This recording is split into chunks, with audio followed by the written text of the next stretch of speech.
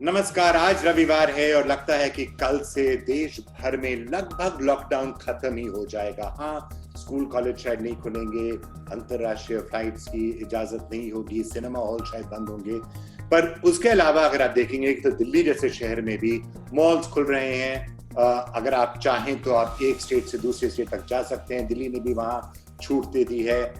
तो लगभग जो भी लॉकडाउन था वो कल से खत्म हो जाएगा। अगर आप मंदिर मस्जिद भी जाना चाहें तो उसकी भी इजाजत दी जाएगी। हाँ, कुछ नियम होंगे, कुछ सोशल डिस्टेंसिंग के नॉर्म्स होंगे, पर ज्यादातर लॉकडाउन तो खत्म ही हो जाएगा। और इससे कुछ लोग आश्चर्यचकित भी हो रहे हैं कि जो शहर हैं, जो राज्य हैं जहां अभी भी कोरोना वायरस की काफी ज्यादा पकड़ है, जैसे कि दिल्ली, वहां क्या सही है कि लोगों को मॉल्स जाना चाहिए या मंदिर मस्जिद जाना चाहिए, या अभी उसकी छूट दी जानी चाहिए थी कि नहीं दी जानी चाहिए थी। ये इस बात पर तो चर्चा करनी पड़ेगी, क्योंकि अभी ये बात स्पष्ट है और जाहिर है कि अगले कुछ दिनों, कुछ हफ्ते, कुछ महीने इन इलाकों में, इन शहरों में कोरोना वायरस के केसेस बढ़ते चले जाएंगे। और आज दिल्ली सरकार ने यह भी कहा है कि जो अस्पताल हैं दिल्ली में, जो दिल्ली राज्य के जो अस्पताल हैं, उनमें बाहर के लोगों को आने नहीं दिया जाएगा। सेंट्रल अस्पताल में लोग आ सकते हैं, पर दिल्ली राज्य के जो अस्पताल हैं वहां लोग नहीं आ पाएंगे बाहर से। तो देखना पड़ेगा कि इस पर अब आगे क्या होता है, पर कल से काफी छूट और दी जाएगी। वैसे भी तो लॉकडाउन अब लगभग खत्म ही था, पर अब और भी छूट दी जाएगी कल से। चलिए देखते हैं आज की मुख्य सुर्खियां। देश में 8 जून से लॉकडाउन के नियम काफी हल्के हो जाएंगे। कई शहरों में शॉपिंग मॉल्स और धार्मिक स्थलों को आम लोगों के लिए खोल दिया जाएगा। बाजार करीब करीब फिर से खुल ही गए हैं और अब एक राज्य से दूसरे राज्य में जाने पर भी सख्ती नहीं होगी। सोमवार को अमल में आने वाले सरकारी दिशा निर्देशों के मुताबिक धर्मस्थलों में एक बार में 5 लोगों को ही प्रवेश की अनुमति मिलेगी और कतार में लगे व्यक्तियों को एक दूसरे से 6 फीट की दूरी पर खड़ा होना होगा। इसी तरह शॉपिंग मॉल, होटल और रेस्टोरेंट में जांच के बाद ही प्रवेश मिलेगा और इन जगहों पर भुगतान ऑनलाइन करने की सलाह दी गई है। इसके अलावा भारत सरकार ने 65 साल से ज्यादा उम्र के लोगों, एक से अधिक अन्य बीमारियों से ग्रस्त व्यक्तियों, गर्भवती महिलाओं और 10 साल से कम उम्र के बच्चों को सुझाव दिया है कि जब तक आवश्यक ना हो घर से बाहर ना निकलें।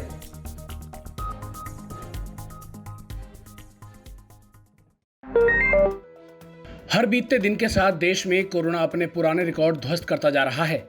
रविवार सुबह आए आंकड़ों के मुताबिक देश में बीते 24 घंटे में कोरोना के 9,971 नए केस आए, जबकि 287 मरीजों की मौत हो गई। कोरोना मरीजों की संख्या के मामले में ये एक दिन में सबसे बड़ा आंकड़ा है, जिसके साथ ही देश में कोरोना मरीजों की कुल संख्या 2,46,628 हो गई, जबकि मौत का आंकड़ा बढ़कर 6,929 हो गया। अब कुल कोरोना मरीजों के आंकड़ों के लिहाज से भारत दुनिया में 6ठे स्थान पर है। देश में कुल एक्टिव केस 1,20,406 हैं। इस लिहाज से दुनिया में भारत का नंबर चौथा है। इन सबके बीच राहत की बात यह है कि अब तक 1,19,293 मरीज कोरोना को मात देने में कामयाब हुए। 24 घंटे में 5,220 मरीज ठीक हुए हैं। रिकवरी रेट 48.36% पर पहुंच गया है। कोविड-19 महामारी के बीच दिल्ली एम्स के डायरेक्टर डॉक्टर रणदीप गुलेरिया ने कोरोना संक्रमण के फैलाव पर गंभीर चिंता जाहिर की है। डॉक्टर गुलेरिया का दावा है कि देश में कोरोना वायरस का पीक आना अभी बाकी है। उनके मुताबिक अलग अलग राज्यों में अलग अलग समय पर कोरोना वायरस के मामले बढ़ सकते हैं। कम्युनिटी ट्रांसफर पर उन्होंने कहा कि 10 से 12 ऐसे शहर हैं जहां पर लोकल ट्रांसमिशन के चांसेस हैं। हालांकि पूरे देश में ऐसी स्थिति नजर नहीं आ रही है। एम्स के डायरेक्टर ने कहा कि दिल्ली मुंबई हॉटस्पॉट है, वहां हम कह सकते हैं कि लोकल ट्रांसमिशन हो रहा है।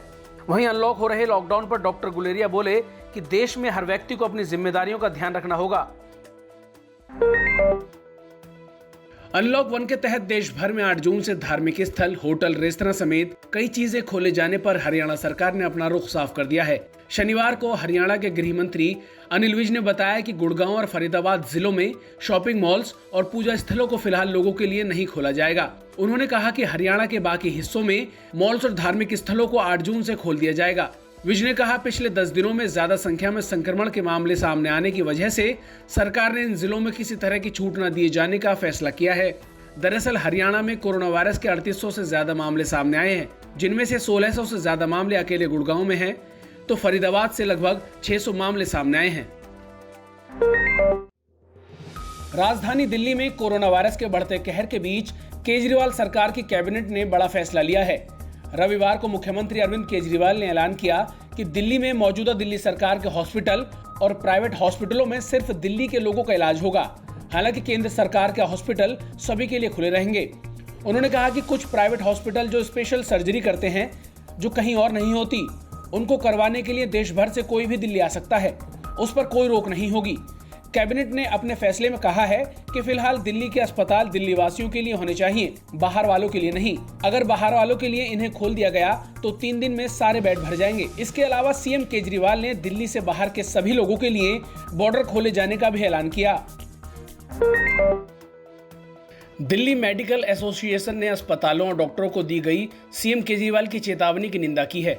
साथ ही सर गंगाराम अस्पताल के खिलाफ दर्ज की गई एफआईआर का भी विरोध किया है। एसोसिएशन ने कहा कि मरीजों की भर्ती और टेस्ट को लेकर जिस तरीके से डॉक्टरों को धमकी दी गई वो निंदनीय है, जबकि सर गंगाराम अस्पताल पर एफआईआर पूरी चिकित्सा बिरादरी के मनोबल को घटाना है। एसोसिएशन के मुताबिक इस महामारी में डॉक्टर्स अपनी जान जोखिम में डालकर पिछले 2 महीने से लगातार लोगों का इलाज कर रहे हैं और सरकार उनके प्रयासों की प्रशंसा के बजाय फरमान जारी कर रही है। दरअसल शनिवार को सीएम केजरीवाल ने साफ कहा था, कोरोना मरीजों की भर्ती से मना करने वाले अस्पतालों के खिलाफ कार्रवाई होगी। साथ ही सरकारी गाइडलाइन न मानने के आरोप में सर गंगाराम अस्पताल पर एफआईआर भी दर्ज की गई है।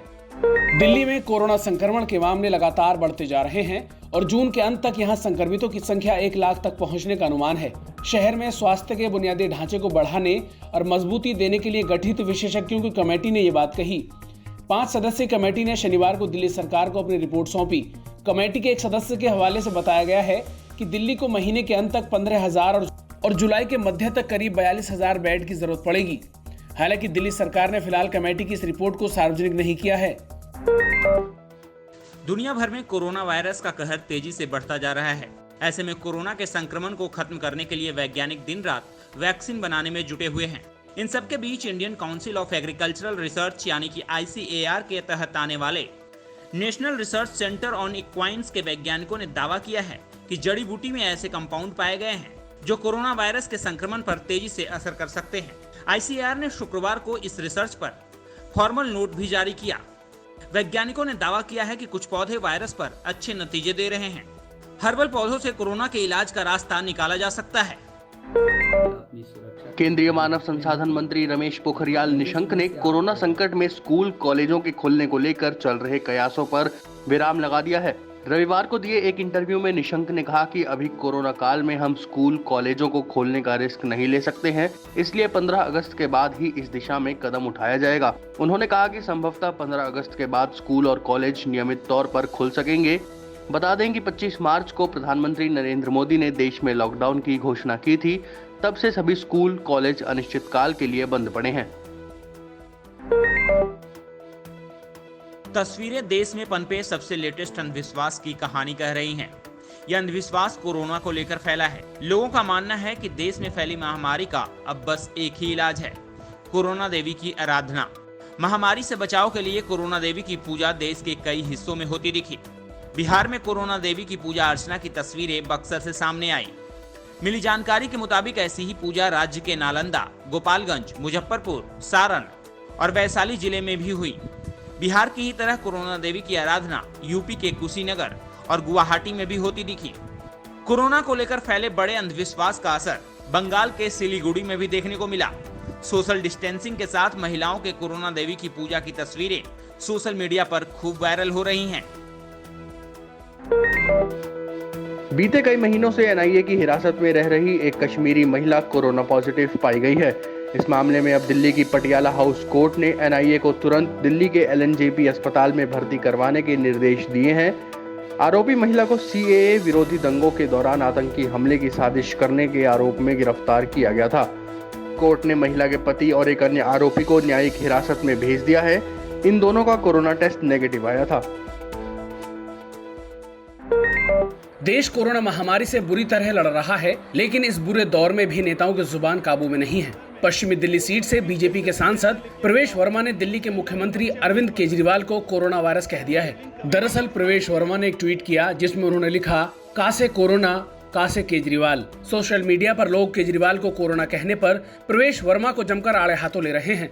कई यूजर्स तो बीजेपी सांसद के इस ट्वीट को लेकर उनके और उनकी पार्टी पर खूब निशाना साध रहे हैं। WHO ने मोदी सरकार की आयुष्मान भारत योजना की तारीफ करते हुए कहा है कि इस योजना में तेजी लाकर देश कोविड-19 से बेहतर तरीके से निपट सकता है और प्राथमिक स्वास्थ्य सेवाओं के लिहाज से देश की जनता को इसका लाभ दिया जा सकता है। WHO के डायरेक्टर जनरल ने यह बात भारत में कोरोना मामलों को लेकर किए गए एक सवाल के जवाब में कही। गौरतलब है कि दुनिया भर में तमाम देशों के साथ साथ भारत में भी कोरोना वायरस का कहर तेजी से बढ़ रहा है। WHO ने माना है कि भारत आयुष्मान भारत योजना का उपयोग वास्तव में इस महामारी से लड़ने के लिए करे तो कोरोना को जल्द हराया जा सकता है।